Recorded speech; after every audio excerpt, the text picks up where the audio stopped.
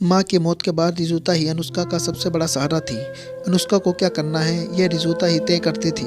वही तय करती थी कि अनुष्का को क्या पहनना है, किसके साथ खेलना है, कब सोना है। दोनों की उम्र में 10 साल का अंतर था। माँ की मौत के बाद रिजुता ने माँ की तरह अनुष्का को ही नहीं संभाला, बल्कि घर की पूरी जिम्मेदारी भी संभालती थी। रिजुता तो मनु का भी उसी तरह ख्याल रखना चाहती थी, पर मनु उम्र में मात्र उससे 2.5 साल छोटा था।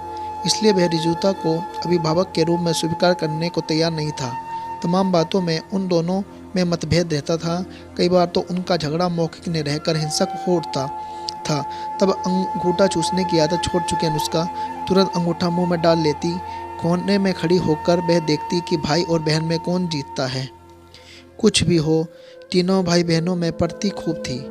बड़ों की दुनिया से अलग रह सके, उन्होंने अपने आसपास इस तरह की एक दीवार खड़ी कर ली थी जहां निश्चित रूप से रिजुता का राज चलता था।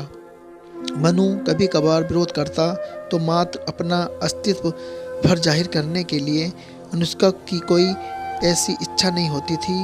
वह बड़ी बहन के संरक्षण में एक तरह का सुख और सुरक्षा की भावना का अनुभव करती थी।